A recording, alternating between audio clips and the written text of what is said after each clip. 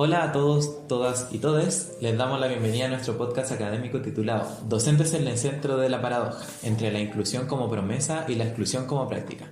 Somos Catherine, Abner, el que les habla, y Diego, estudiantes del curso de Políticas Educativas y Nuevo Gerenciamiento Público, y hoy abordaremos el rol del docente como sujeto tensionado en el cruce de dos políticas educativas fundamentales, la Ley de Inclusión Escolar y la Ley CEP. Bueno, a través de este diálogo que vamos a hacer hoy, analizaremos cómo ambas leyes, aunque con focos distintos, una orientada a la inclusión de estudiantes con necesidades educativas especiales y la otra principalmente al apoyo de estudiantes prioritarios y preferenciales de acuerdo a su situación económica, terminan finalmente instalando una misma lógica de control sobre el trabajo docente, lo que produce tensiones, resistencias que marcan la educación de hoy. Ya, comencemos trazando un paralelo entre ambas leyes. La Ley de Inclusión Escolar 20.845 declara como principio garantizar a todos una educación de calidad y libre de discriminación. En su artículo 4, inciso A, se señala que es deber del Estado propender a asegurar a todas las personas una educación inclusiva de calidad. Asimismo, es deber del Estado promover que se generen las condiciones necesarias para el acceso y permanencia de los estudiantes con necesidades educativas especiales en establecimientos de educación regular o especial, según sea el interés superior del niño o pupilo. Ya, y por otro lado tenemos la Ley CEP 20.248, que busca mejorar el rendimiento académico de estudiantes prioritarios definidos por su nivel de vulnerabilidad socioeconómica. Para ello, entrega subvenciones diferenciadas ligadas a la asistencia, que eso ya nos suena, y el cumplimiento de metas del Plan de Mejoramiento Educativo, el PME. Lo que dice textualmente en el artículo 6, inciso E, es destinar la subvención y los aportes que contempla esta ley a la implementación de las medidas comprendidas en el PME, con especial énfasis en los alumnos prioritarios, e impulsar una asistencia técnico-pedagógica especial para mejorar el rendimiento escolar de los alumnos con bajo rendimiento académico. Si se dan cuenta, a primera vista son dos políticas que tienen, al parecer, fines nobles, ¿cierto? Una protege la diversidad funcional y la otra trata de abarcar, los temas de pobreza, porque se mide por estándares socioeconómicos, ¿cierto?, para dar atención a estudiantes preferenciales y prioritarios. Pero sabemos que en la práctica ambas trasladan la responsabilidad de la inclusión o del rendimiento de los estudiantes al trabajo individual del docente. Y esto lo van haciendo sin cambiar estructuralmente las condiciones del sistema escolar. Y acá se ve la paradoja o el tensionamiento. El docente está llamado a incluir, contener, enseñar con enfoque de derechos, pero a la vez debe rendir cuentas por los resultados, por la asistencia, por los aprendizajes medibles de estudiantes que, justamente por su situación, están más lejos de lograr estos estándares. Ah, ya cacho. Entonces aquí se hace evidente la lógica del nuevo gerenciamiento público, donde el profesor se convierte en una especie de gestor de indicadores. O sea, un operador técnico que ya no planifica desde su criterio profesional, sino que desde instrumentos estandarizados y protocolos de intervención. Sí, además que, lo que señaláis, igual lo plantea Falabella en un artículo que había publicado en 2015, donde ya señalaba que se impone una gestión orientada a resultados en la escuela, alimentada por esta idea de que la autonomía escolar implica también una mayor rendición de cuentas. Entonces, trasladando a la escuela, y específicamente, lo sabemos, a los docentes, ¿cierto?, la carga de cumplir metas sin garantizar recursos proporcionales. Sí, eso se suma a lo que Anderson en un texto que se llamaba algo como Privatizando Nuevas Subjetividades, indica algo así como que los docentes ya no son sujetos profesionales autónomos, sino parte de un sistema de vigilancia basada en el rendimiento, la asistencia, el CIMSE y la implementación de planes institucionales externos a su realidad, lo que se podría interpretar como una regulación a distancia. Lo que están hablando es que este cruce entre lo pedagógico y lo productivo no es casual. Esto se explica por algunos autores y lo llaman capitalismo cognitivo. Un modelo que ha hecho del conocimiento del lenguaje de las emociones y del vínculo educativo una nueva materia prima del proceso productivo. ¿Podrías como profundizar un poquito más en eso, Diego, en el capitalismo cognitivo? Porque yo creo que es un término que es súper nuevo. Por supuesto. Bueno, varios autores hablan de esto, pero como hemos leído en el curso, Marco Raúl Mejía en 2008 publicó sobre este tema. Habla de que vivimos en un escenario globalizado, como todos sabemos, en donde la escuela se ve como un instrumento capital no material, o sea, es un capital cognitivo, no es como una mina de oro ni nada, sino es que brinda capital no material. Y bajo el marco no neoliberal global, la institución escolar debe responder al mercado, y como y el mercado espera que se produzca y se replique individuos que hagan de utilidad dentro de su posición socioeconómica. Nosotros como sujetos docentes debemos volvernos operadores técnicos, básicamente. Debemos responder a un sistema de regulación estandarizado que no se conecta con la diversidad de realidades educativas que existen a nivel país. En este globalización capitalismo cognitivo se asume que y en Chile se asume que las escuelas tienen el control sobre sus estudiantes y sus vidas y esperan resultados homogéneos, cuando en realidad los colegios no tienen la misma capacidad productiva. Las escuelas no pueden producir lo mismo bajo los mismos estándares de rendición de cuentas, a pesar de que la ley lo exija. Y producto de estas mismas leyes homogenizantes de control y seguimiento de los docentes se vuelven operadores técnicos, como ya mencionamos.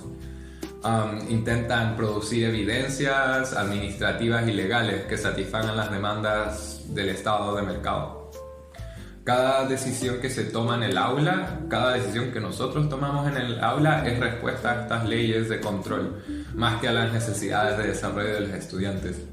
Y al final del día se castiga y limita los recursos de las escuelas que no pudieron cumplir con estos estándares. Entonces este sistema promueve la despedagogización del trabajo docente, como que ya no se puede tener una reflexión crítica, filosófica, comunitaria, sino que se esperaría que el profe aplique bien las cosas que otros diseñan, la guía, los estándares, los protocolos, una cosa así. Sí, yo creo que así, y además como ya no se está valorando la formación pedagógica, sino esta enseñabilidad disciplinar, por así decirlo, se reduce la educación a esta práctica más técnica y administrable. Y como señala ahí Abner, esto produce esta despedagogización, pero también una desprofesionalización simbólica y material, como ya lo han descrito autores como Asael Guzmán y Belay, que hemos visto en el curso. Igual es cuático porque todo esto va haciendo que el docente termine como sintiéndose solo, sobreexigido y además culpable, porque los fracasos como de este sistema, que ni él diseñó ni puede cambiar obviamente por sí solo, lo están como apretando todo el rato. Y a pesar de esto, como que igual uno ve que el profe resiste. Ya, pero ¿cómo resiste? Pues si estamos hablando de acá que tienen que seguir guías, estándares, protocolos, exigencias, incluso de las leyes, y más encima como que UTP te esté apurando para la prueba de nivel, como que el panorama está horrible. Sí, pero en la práctica yo creo que se ve esa resistencia cuando los profes no se van adaptando el currículum, cuando prioriza el vínculo por sobre estas normas, ¿cierto? Cuando empieza a generar discusión crítica en los consejos de profe, por ejemplo, y hace comunidad con los colegas para sostener el sistema, que generalmente este sistema quiere excluir, ¿cierto?, por rendimiento o conducta, a estudiantes que finalmente no sirven al mismo en su propósito. Bueno, además esta resistencia que dice la Katy no siempre se ve, pero es fundamental. Como señalan Cornejo y Reyes, solo desde la recuperación del saber pedagógico situado y crítico es posible oponerse a esta lógica tecnocrática y mercantil. Pero en mi experiencia personal en el centro de práctica, a mí que me tocó un centro de práctica subvencionado, escrito al CEP y al PIE, con 7 estudiantes PIE por curso, parece el límite legal, por lo que me explicaron. Yo he intentado poner resistencia a través de estrategias pedagógicas en torno a la educación ambiental. Pero aún así, intentando salirme del rol de operador técnico, no se alivian los problemas que pretende solucionar estas leyes. El trabajo crítico de por sí es difícil, y en condiciones de educación más precarias, salirse del rol de operador técnico no ayuda a la posición del establecimiento dentro del marco legal. No importa la didáctica si es que los estudiantes, por sus condiciones materiales, no vienen a clases. Por razón fuera del control docente. Sí, algo parecido me pasa a mí. Pero, ¿saben qué? Retomando el tema de las leyes, podrían, como que tanto la ley de inclusión como la ley CEP apelan al lenguaje de la equidad y del derecho, pero funcionan a través de dispositivos de control y rendimiento, que muchas veces dejan a los profes, a los docentes, a quien sea que esté dando la clase, cargando con la tarea de sostener este sistema que no se transforma estructuralmente, pues como que queda desbalanceado el tema, ¿no? Oye, sí, eso mismo. De hecho, retomando con las ideas que ya planteaba Beley por el 2001, que decía que la reforma instala una nueva cultura, bueno, reformas pueden ser las antiguas o las de ahora, instalan como una nueva cultura y unas nuevas prácticas que reclaman cambios estructurales, ya sean normativos, financieros, y sobre todo de la gestión institucional. Pero conciliar estas transformaciones de estructura y de los procesos en el sistema escolar eran un desafío pendiente en ese entonces, o sea, estamos hablando del 2001 y lo siguen siendo ahora. Es decir, cuando las reformas solo modifican los discursos y los marcos normativos, pero no tocan el fondo institucional del sistema escolar, lo que se genera finalmente es este desfase estructural que señalas. Se exige como transformación en las prácticas, pero las condiciones siguen siendo las mismas finalmente. Y bueno, es ahí donde quedamos atrapados, los docentes quedamos atrapados, entre una promesa de inclusión que exige un compromiso ético, emocional y profesional, y una cultura escolar que sigue exigiendo resultados, cumplimiento, eficiencia y control. Ya, entonces ahora cacho mejor. Cuando estamos como en este escenario de todas estas exigencias del profe, lo que nosotros no tenemos que hacer no es como agachar el moño, así la resignación, sino que como que tenemos que reconocernos a nosotros y a nuestros colegas, en verdad, como sujetos políticos, pedagógicos y también comunicacionales. Onda, como un actor que resista, que interpreta y que transforme los lugares donde está en la escuela. Y porque, claro, pues en el aula podéis como entablar como esta mini resistencia. Por ejemplo, los consejos de profe, que yo lo viví harto en mi centro de práctica, como que los consejos de profe son bastante buenos, pero como que igual deberían ser más seguidos y que todos los profes vayan. Por ejemplo, si tenemos una pauta así, nosotros también deberíamos analizarla de manera crítica, y ahí es donde la pedagogía como que estamos resistiendo a la propia desfiguración. Claro, sí. Y manteniendo como la práctica viva y situada de que la pedagogía igual es como humana, pues. Bueno, sí. Y en modo de síntesis, tanto la ley de inclusión como la ley CEP nos colocan a nosotros como docentes en el centro de la promesa y de la contradicción. Debemos garantizar la equidad e inclusión, pero con indicadores externos, recursos insuficientes y poco margen para la deliberación profesional. Sí, pero como dice Lafner, también estamos como en el centro de la resistencia, ¿cierto? Porque al final nosotros encarnamos el proyecto pedagógico, y este proyecto pedagógico se va siempre, o hasta el momento siempre se ha negado a reducirse a estos estándares, subvenciones y evaluaciones. Y de ahí porque salen tantas marchas y estamos siempre como peleando contra cambiar justamente esta lógica de mercado que se nos ha instaurado. Ya, Entonces no hablamos de un profesor como que solamente ejecuta al fin y al cabo, pues, sino que como un sujeto así como de poder, por así decirlo, que suena como de poderoso. Y también como de saber, pues, onda, interpretar la escuela, transformar la escuela y sostener la escuela al final desde adentro, como que da lo mismo las figuras que hayan afuera, como que igual de adentro uno tiene que hacer el cambio.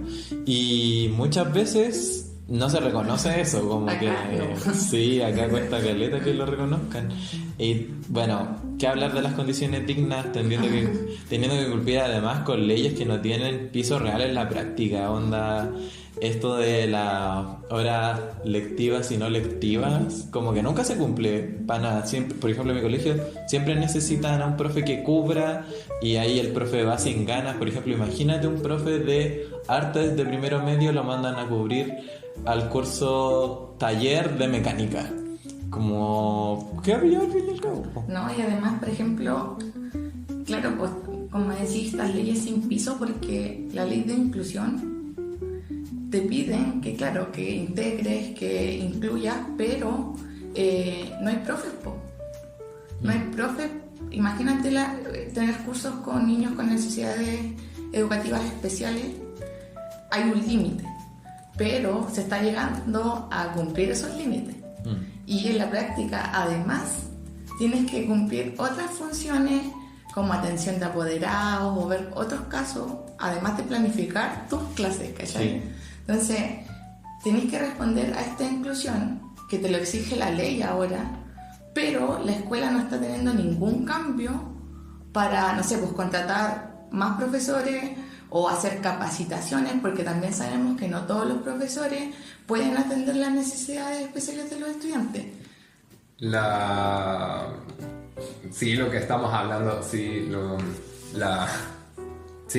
desarrollando más la idea en mi centro de práctica específicamente, como ya se los he comentado todo el semestre, mi profesor guía, profesor de ciencias para todas las ciencias de todos los niveles, coordinador de convivencia, y ese colegio con su PI ayuda básicamente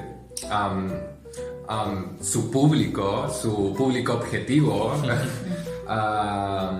Son básicamente estudiantes con necesidades especiales, estudiantes que no se han podido integrar bien al sistema escolar. Es un colegio de solo media, de solo media, un curso por nivel, y 7 estudiantes pide el máximo por cada curso, y no dan abasto. Tienen una psicóloga, una fonoaudióloga, coordinador de convivencia, y eso. Y yo en el centro de práctica yo completé más que suficiente mis horas de implementación, porque estuve reemplazando al coordinador de convivencia en las clases de física, química. A pesar de que yo soy profe de biología, tuve que hacer clases de física y química también, y ciencias para la ciudadanía. No da abasto, y los estudiantes llegan al colegio, o si es que llegan al colegio, Sí, pues esa es la otra, si es que llegan al colegio, tienen problemas. Son uno de los cientos de niños o de las decenas de niños que tienen problemas. Igual es cuático eso de lo que dicen de si llegan al colegio, porque finalmente por esta otra ley, la SEP, para atender a los niños que son preferenciales o prioritarios porque tienen problemas socioeconómicos, dependen de que vayan a la escuela. Sí, y esos recursos se los cortan, o sea, dependen de su asistencia. Y sabemos que su asistencia va a ser la más difícil de lograr, porque son los que tienen problemas para terminar sus procesos educativos, dadas sus condiciones adversas, ¿cachai? Entonces, igual este financiamiento de por medio a través de la ley SEP está suscrito a que el niño vaya, y además los resultados hasta del simple. O sea, imagínate. Y esos colegios les va pésimo en el CIMSE. a mi centro de práctica le va siempre pésimo en el CIMSE. Es que lamentablemente en la práctica no se están haciendo como cosas para realmente atender las necesidades de los estudiantes, ¿cachai? O sea, la ley suena muy lindo, en ambas leyes suena muy lindo lo que dicen, pero si no va acompañada de los recursos económicos continuos, constantes, ¿cierto? Al cambio de infraestructura. Imagínate ahora en invierno, niños con frío. El proceso de aprendizaje obviamente igual se ve afectado. Entonces, claro, la ley en el papel todo es lindo, pero en la práctica es otro panorama y a quienes apuntan todas las cosas es a los profes finalmente. Sí.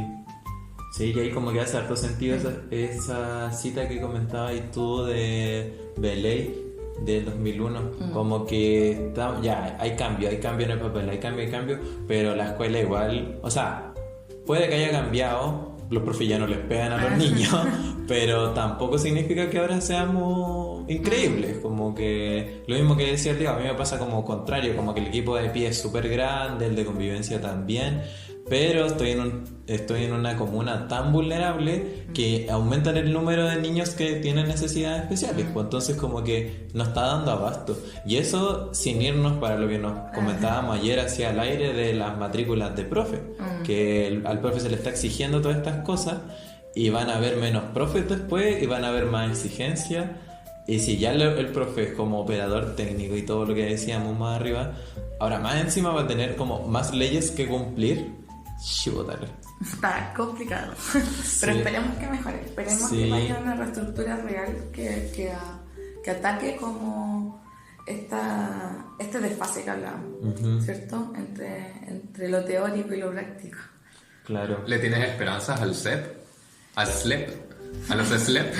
O sea, yo creo que falta conversar más entre los autores. A los profes yo siento que los dejan muy fuera de todas las conversaciones que los atañen como directamente. Sí. Y claro, pues los profes son los que tienen más conciencia de la realidad en la escuela y en el aula, ¿cachai? Entonces como que en todas estas conversaciones, todas las reformas que se han hecho, siento que falta incluir, pero de verdad, a los profesores. Para cambiar las cosas. Como que consulten más hacia los profes. Como... Es parte del mercado, es parte del sistema de educación de mercado. El mercado no le pregunta a los trabajadores nada. Sí, y nosotros somos trabajadores, parte de un mercado educativo y no nos consultan nada. Hay que resistir, cabros. Claro. Sí, porque a pesar de estos panoramas y como no es la gracia cerrar la conversación con algo tan negativo, yo igual como que no me desmotiva esto, sino que como que me desafía incluso. Sí, así como ahora ¿qué hay que hacer? Como ya sabemos que está la embarrada, por así decirlo, ¿qué podemos hacer? Como juntarse entre profes, y ir viendo como la realidad, porque siento que la realidad de todas las escuelas son muy diferentes, pero siento que en todas uno puede hacer un aporte. Sí. O puede ir como resistiéndose a este sistema como capitalista. Sí. Y desde la pedagogía y desde esta reflexión más crítica que creo que es importante que hagamos siempre. O sea, no solo ahora porque estamos en la universidad, claro, sino que seguir haciéndola en la escuela, promoviéndola en los consejos de curso, como que no sé qué. O sea, sé que el trabajo te va agobiando por todas las exigencias que uno tiene y por las pocas horas como no pedagógicas o no en aula que tienen.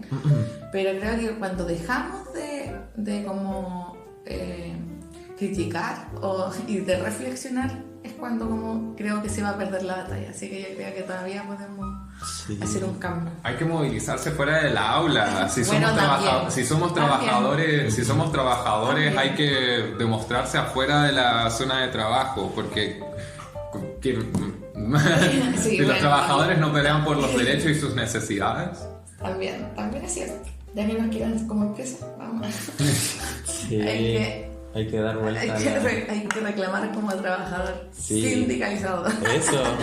Yo lo que vi que fue bacán en mi colegio, por ejemplo, esperanzador, es que, bueno, los últimos días cuando los niños ya salen de vacaciones, los profes hacen como charlas, hacen discusiones, y ahí yo, menos mal que estuve presente porque igual se armaron hartas como discusiones y vi hartos perfiles de profes. Hay profes que están muy abiertos a, por ejemplo, colaborar con el PIE, que nos den recomendaciones de cómo adaptar cosas, pero hay otros profes que yo igual vi y decían que la única solución es como volver al conductismo, así, literalmente, como era el profe de mate que decía que su táctica para mantener la atención de los chiquillos es llenar la pizarra de información, ¿cachai? Lamentablemente le servía. Entonces igual tenía un poco de razón. Pero pero ese fue un espacio enriquecedor. Claro, ya tenía una perspectiva.